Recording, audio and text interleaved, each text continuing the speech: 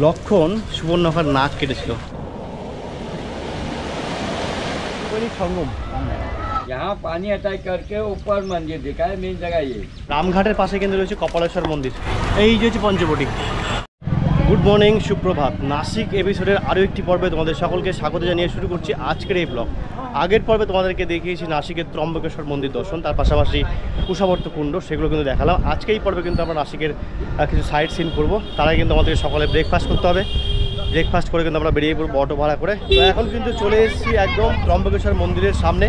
এখানে কিন্তু প্রচুর দোকান রয়েছে। কালকে যেহেতু এই দোকানে খাবার খেয়েছিলাম আমরা, এই দোকানে ঢুকে একটা বড়া পাও খাবো।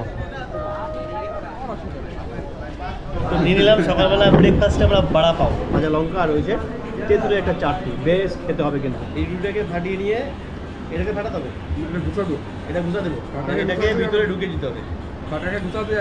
আচ্ছা, ঘুষা দিয়ে পুরা এই খেয়ে দেখি কেমন লাগে ভাই। পাউরুটি মানে যেটাকে বলে ব্রেড, আর এই বড়ার মধ্যে পুরো বেসনের কোটিং করা, ভিতরে আলুর মশলা ধনে পাতা দিয়ে। আমার কাছে অতটা ভালো লাগছে না, মোটামুটি বেশি যে একদম সুপার ডুপার হিট তা না, কিন্তু মানে রুটি খাওয়া বেশ সেরকমই মনে হচ্ছে। সকালে ব্রেকফাস্ট করে আমরা কিন্তু আর ত্রম্বকেশ্বরে থাকিনি, কারণ যে সমস্ত ঘোরার পয়েন্টগুলো সেগুলো কিন্তু সব নাসিক শহরের মধ্যে। ত্রম্বকেশ্বর থেকে বাসে করে কিন্তু চলে এসেছি নাসিক শহরের মধ্যে কিন্তু আমরা যাচ্ছি। আর ত্রম্বকেশ্বর কিন্তু একটা গ্রাম, সেখান থেকে তো ত্রম্বকেশ্বরের জ্যোতির্লিঙ্গ দর্শন করে আমরা এলাম এখানে সিবিএস বাস স্ট্যান্ড। এখানে এসে কিন্তু আমরা অটো নিয়ে নিলাম। এখানে অটোতে নিলে আমাদেরকে 800 টাকা। তো মোটামুটি যে সমস্ত স্পটগুলো রয়েছে, তপবন, পঞ্চবটি, বেশ কিছু দর্শনীয় জায়গাগুলো রয়েছে, তো সেই জায়গাগুলো কিন্তু আমরা আজকে ঘুরে দেখাবো তোমাদেরকে। প্রথমে কিন্তু আমরা যাবো রামঘাটে। ত্রিবেণী সঙ্গম, হারুনা, বরুণা, গোদাবরী। আচ্ছা আচ্ছা,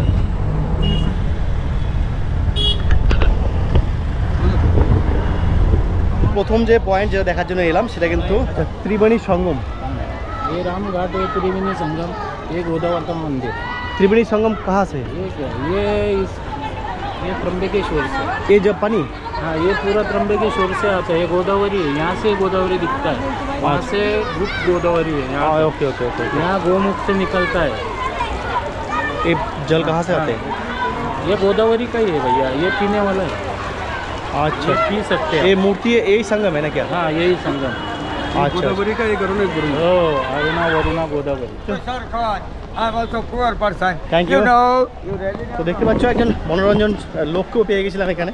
এই সেই পুণ্য স্থান বা পুণ্য স্নানের জায়গা, যেখানে প্রত্যেক 12 বছর অন্তর কুম্ভমেলা হয়ে থাকে। যেহেতু এই স্থানে 3টি নদীর মিলিত স্থান, যেখানে রয়েছে অরুণা, বরুণা ও গোদাবরী। এই 3টি নদীর মিলনস্থল থাকার কারণেই এই স্থানকে ত্রিবেণী সঙ্গম বলা হয়ে থাকে। এই কুম্ভমেলাতে কিন্তু দু ধরনের লোক, মানে যারা নাগা সাধু তারা কিন্তু এখানে স্নান করে না। তাদেরকে স্নানের জন্য কিন্তু রয়েছে ত্রম্বকেশ্বরের যে কুশবর্তা কুণ্ড, সেখানে কিন্তু তারা স্নান করে।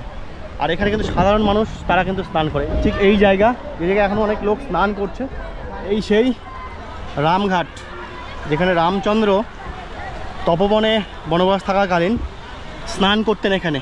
এই স্থানটি এমন একটি স্থান যেখানে পুণ্যার্থীরা তাদের পূর্বপুরুষদের উদ্দেশ্যে পিণ্ড অর্পণ করে থাকে। কথিত আছে ভগবান রামচন্দ্র তার পিতা দশরথের মৃত্যুর পর তার পিণ্ড কিন্তু এই স্থানেই অর্পণ করেছিলেন।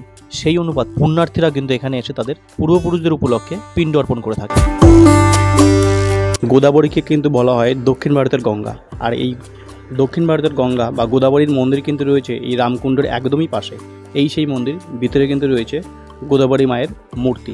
গোদাবরী মন্দির দর্শন করে তার পাশেই কিন্তু রয়েছে অর্ধনারীশ্বর মন্দির। এখানে ভোলা মহেশ্বর অর্ধনারীশ্বর রূপে প্রতিষ্ঠিত। রামঘাটের পাশে কিন্তু রয়েছে কপালেশ্বর মন্দির, আর এই কপালেশ্বর মন্দির দর্শন করবো এখন। যাই দেখি, অনেকটাই ওপরে, জানি না ভিডিও এলাও আছে কিনা। কপালেশ্বর মন্দিরটি এমন একটি শিব মন্দির যে মন্দিরের সামনে কোনো নন্দী মহারাজের মূর্তি স্থাপিত নেই। পৌরাণিক কাহিনী অনুসারে দেবাদিদেব মহাদেব ব্রহ্ম হত্যার পাপে বা ব্রাহ্মণ হত্যার পাপে লিপ্ত ছিলেন। সেই পাপ থেকে মুক্তি পেতে নন্দী মহারাজ তাকে বলেছিলেন যে নাসিকের এই রামকুণ্ডে স্নান করলে তার পাপ মুক্তি হবে। নন্দীর এই কথা শুনে দেবাদিদেব মহাদেব নাসিকের এই রামকুণ্ডে স্নান করে তার পাপ মুক্তি করেছিলেন। এই পাপ থেকে মুক্তির পরে ভোলানাথ নন্দীকে তার পরামর্শদাতা মনে করেন। তারপর থেকে তার সামনে বসতে তাকে অস্বীকার করেন। আমরা কিন্তু রামকুণ্ড দর্শন করে চলে এসেছি পঞ্চবটি বনে, সেখানে সীতা মায়ের দর্শন করলাম। এই ভিতরে রয়েছে, এখানে কিন্তু গর্ভগৃহের মধ্যে কিন্তু পাহাড়ের গুফার মধ্যে রয়েছে সীতা মা। এখানে কিন্তু একদিন ছিল বা এক রাত ছিল। আর সেই গাছগুলো দেখতে পাচ্ছ নাম্বারিং করা, 5টা গাছ কিন্তু পরপর এখানে রয়েছে। এই হচ্ছে 1 নম্বর গাছ, মানে এগুলো কিন্তু সেই বংশ পরম্পরায় গাছগুলো কিন্তু রয়েছে। আর 2 নম্বর গাছ এটা হচ্ছে 2 নম্বর গাছ, এই হচ্ছে 3 নম্বর, আর এই হচ্ছে 4 নম্বর, এই যে হচ্ছে পঞ্চবটি। সেই পঞ্চবটি গাছগুলোতে এখনও সেই বংশ পরম্পরায় দাঁড়িয়ে রয়েছে। আর একটা জিনিস, আজকে বৃষ্টির মধ্যে মানে আর করার কিছু নেই, ছাতা নিয়ে কিন্তু আমাকে দর্শন করতেই হবে। আর সেটা তোমাদের সামনে তুলে ধরার কিন্তু চেষ্টা করছি। এই জায়গাটা দাঁড়িয়ে রয়েছি, এখান থেকে কিন্তু সীতা মাতাকে অপহরণ করা হয়েছিল। ये सीता जी है, আচ্ছা আচ্ছা, ये राजा रावण है। रावण ने इस जगह से भिक्षा मांगी, ओम भगवती भिक्षान दी। इसके पीछे मंदिर का निर्माण चल रहा है, इससे मूर्तियां रखी हुई है। पीछे नदी लक्ष्मण रेखा है, त्रेता युग में अग्नि थी, अब जल रेखा है। उस रेखा को लांग के लक्ष्मण जी का वचन तोड़ के माता जी यहाँ पे रावण को भिक्षा देने आई। रावण यहीं से उठाते लंका ले गए। बुधवार के दिन दोपहर को त्रेता युग महाग शुद्ध अष्टमी के दिन रावण लंका ले गए। हर मंदिर में राम लक्ष्मण सीता, सीता राम स्वामी हनुमान जी है। अकेली माता भिक्षा देती, हर जगह अकेली नहीं है। चरण स्पर्श करो, चरणामृत लो, मनोकामना रखो, शांति से दर्शन कर लो। ये कृष्ण भगवान है, इसके पीछे पंचवटी है। चंद्रक नाम का चंद्र का पट्टी बढ़ गई है। बोलो सीता माता की जय। লক্ষণের মন্দিরে কিন্তু যাচ্ছি আমরা তপবনের মধ্য দিয়ে। তো বেশ গাছপালা দিয়ে কিন্তু ভর্তি। আর যদিও আমাদের একটু অসুবিধা হচ্ছে বৃষ্টির জন্য, সেটা করার কিছু নেই, সেটা মানিয়ে নিচ্ছি, সেটা প্রকৃতির দান বলে কথা। সীতাহরণ মন্দির দর্শন করে মিনিট 10 দূরত্বে পৌঁছে গেলাম কিন্তু লক্ষণজির মন্দিরে।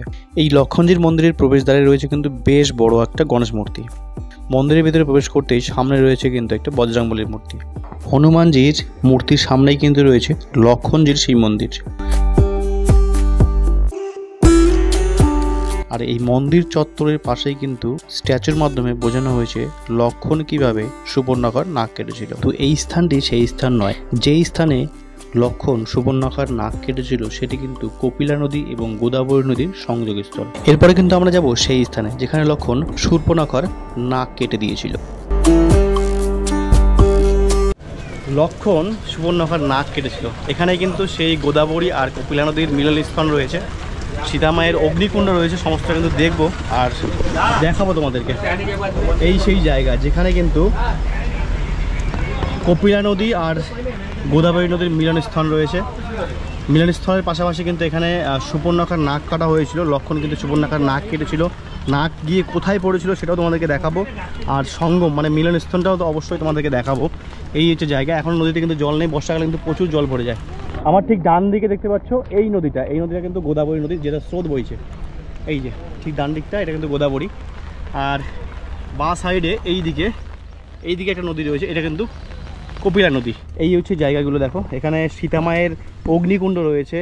এই হচ্ছে কপিলা নদী, যদিও বা জঙ্গলে ভরে গেছে, পরিষ্কার পরিচ্ছন্ন নয় এখন। ये कपिला है, ऊपर वाली गोदा दो नदी का संगम। संगम है ना। अरे बैंगन ना काटे, इधर लक्ष्मी मंदिर है। यहाँ पानी अटैक करके ऊपर मंदिर दिखा है, मेन जगह ये मेन यही जगह है।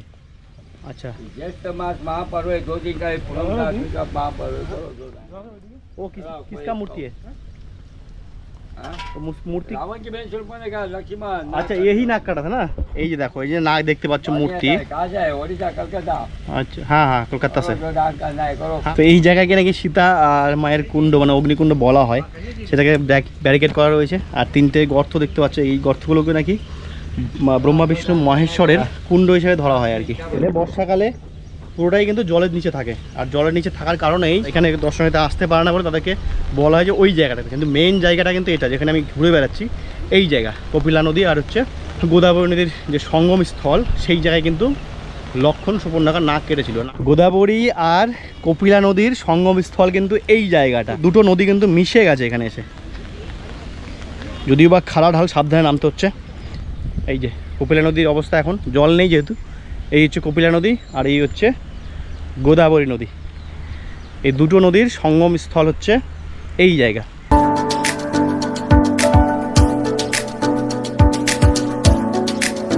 মহাপুণ্য স্থান বলা হয় কিন্তু এই জায়গাকে। যদিও বা এলাম একটু জলের ছিটা নিয়ে নিই, স্নান তো করবো না, বা স্নান করেছি আমরা যদিও বা। লক্ষণ সুবর্ণরেখার নাক কেটে দিয়েছিল, নাক কিন্তু গিয়ে পড়েছে ঠিক ওই পাটটাতে। আমরা এই পারে রয়েছি, এই পাটটা কিন্তু পঞ্চবটির মধ্যে পড়ে, তপবন পঞ্চবটির মধ্যে পড়ে। ওই পাটটাকে কিন্তু বলা হয় নাসিক। গোদাবরী নদীতে জল না থাকলে কি হবে, গোদাবরী নদীর যতটা জল রয়েছে এই জলেরই যা স্রোতের শব্দ হয়তো তোমরা শুনতে পাচ্ছ। তো কাছের থেকে একটু দেখায় যে জলের স্রোতটা কতটা। ওদিকে কিন্তু কপিলা নদী সেরে কিন্তু একদম ধীর গতি, কপিলা নদীর কিন্তু কোনো স্রোতই নেই, আর সেই হিসেবে গোদাবরীর জল ঢুকে আর উল্টো দিকে ঢুকছে কপিলা নদীতে। আর এদিকে দেখো গোদাবরীর স্রোতটা দেখো, আর দারুণ লাগছে কিন্তু এখান থেকে দেখতে।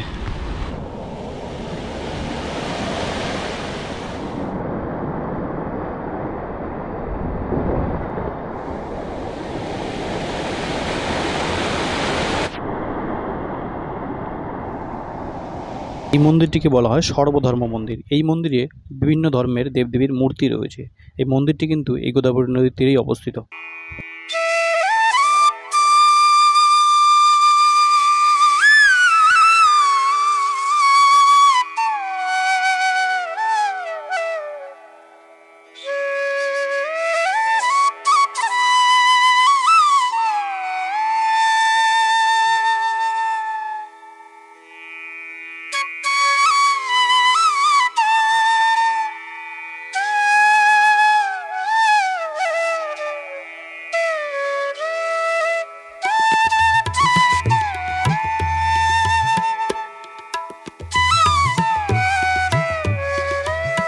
কপিলা নদী আর গোদাবরী নদীর সঙ্গমস্থলের সামনে কিন্তু রয়েছে সেই সর্বধর্মের একটা মন্দির।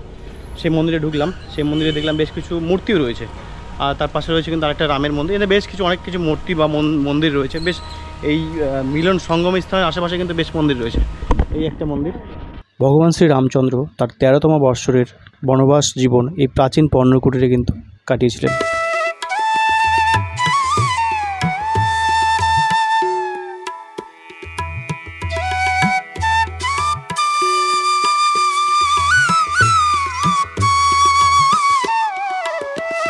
মানে নাসিক পর্বে যে দাদার সঙ্গে আমরা ঘুরলাম, ড্রাইভিং প্লাস গাইড হিসেবে আমাদেরকে ঘোরালো, তো বেশ ভালো লাগলো, ওনার ব্যবহারও বেশ ভালো লাগলো। তো তোমরা চাইলে কিন্তু ওনার সঙ্গে মানে যদি নাসিকে ভ্রমণে আসো, এই দাদার কন্ট্যাক্ট নাম্বার তোমরা রেখে দিতে পারো, কিন্তু অবশ্যই ওনার সঙ্গে কন্ট্যাক্ট করে দাদা আপনার কন্ট্যাক্ট নাম্বার বাতা দিজিয়ে। 9922 আচ্ছা 846627। আচ্ছা আচ্ছা। নাসিক প্লাস ত্রম্বকেশ্বর দুটোই কিন্তু উনি ট্যুর করে, তো সেখানে যদি তোমরা মনে করো যে কন্ট্যাক্ট করে দাদা গাড়িতে তোমরা ঘুরবে, সেটা কিন্তু পারো। আমাদের কিন্তু বেশ সুন্দরভাবে ঘুরালো, বেশ কিছু গাইডও করে দিল। आपको कैसा लगा हमारे साथ घूम के? अरे बहुत अच्छा लगा सर। ठीक है। तो जो आएगा, जो कोई आएगा, आपको फ़ोन नंबर भी दिया हुआ है, ठीक है? ओके। वो कल कर लेंगे, कोई बात नहीं। आप अच्छा से घुमा देना, ठीक है? अच्छा से, जो बोलेगा जो बेंगल से आया हूँ, अच्छा से घुमा देना, ठीक है? ঠিক আছে। তো আজকের মতো এই পর্বের বা নাসিক পর্বের ভিডিওটা এখানে শেষ করছি। দেখা হচ্ছে কিন্তু আরও একটি পর্বের। এর পরের পর্বে কিন্তু রয়েছে ভীষ্মেশ্বর, তার পাশাপাশি কিন্তু ভীমাশঙ্কর, সেগুলো আমরা দর্শন করবো, জ্যোতির্লিঙ্গ। তো সেই ভিডিওগুলি অবশ্যই তোমাদের দেখতে হয়, তাহলে অবশ্যই চ্যানেলকে সাবস্ক্রাইব করতে হবে, পাশে থাকা বেল বাটনটাকে প্রেস করতে হবে, কারণ আমার পরবর্তী ভিডিও নোটিফিকেশন তোমাদের কাছে পৌঁছবে, তোমার সেই ভিডিওগুলো দেখতে হবে। তো দেখা হচ্ছে আবার আরেকটা ভিডিও।